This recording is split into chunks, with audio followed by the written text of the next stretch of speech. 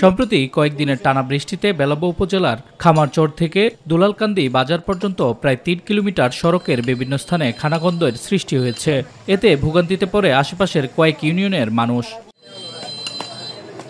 সাধারণ মানুষের কথা চিন্তা করে দীর্ঘদিনের জনভোগান্তি কমাতে রাস্তা সংস্কারের উদ্যোগ গ্রহণ করেন প্রবাসী জাকির হোসেন। রাস্তা সংস্কারের কাজের উদ্বোধন করেন জাকিরের বাবা লাল মিয়া।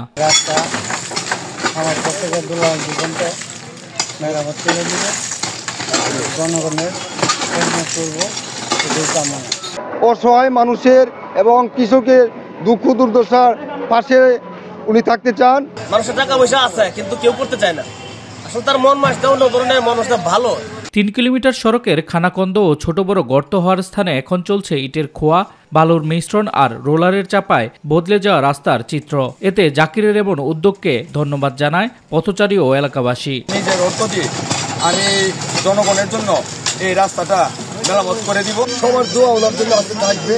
আমরা ওনাকে নিয়ে গর্ববোধ প্রাউড ফিল করি। আল্লাহ পাক যাতে ওনার মতো সন্তান প্রত্যেকটা ঘরে ঘরে দেন। প্রবাসী জাকির তার নিজ এলাকাসহ উপজেলার বিভিন্ন সামাজিক কাজেও রয়েছে তার অবদান, যার ফলে এলাকাবাসীর প্রশংসায় ভাসছেন তিনি।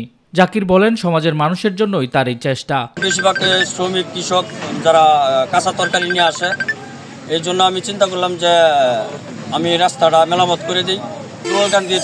যতটুকু রাস্তা আছে পুরোটা ইনশাল্লাহ আমরা মেরামত করে দেব। জাকিরের উদ্যোগকে সাধুবাদ জানিয়ে সমাজের উন্নয়নমূলক কাজে আরও মানুষকে উদ্বুদ্ধ করবে এমনটাই প্রত্যাশা সকলের। শামস তাবরিজ উচ্ছ্বাস, মাই টিভি নিউজ ডেস্ক।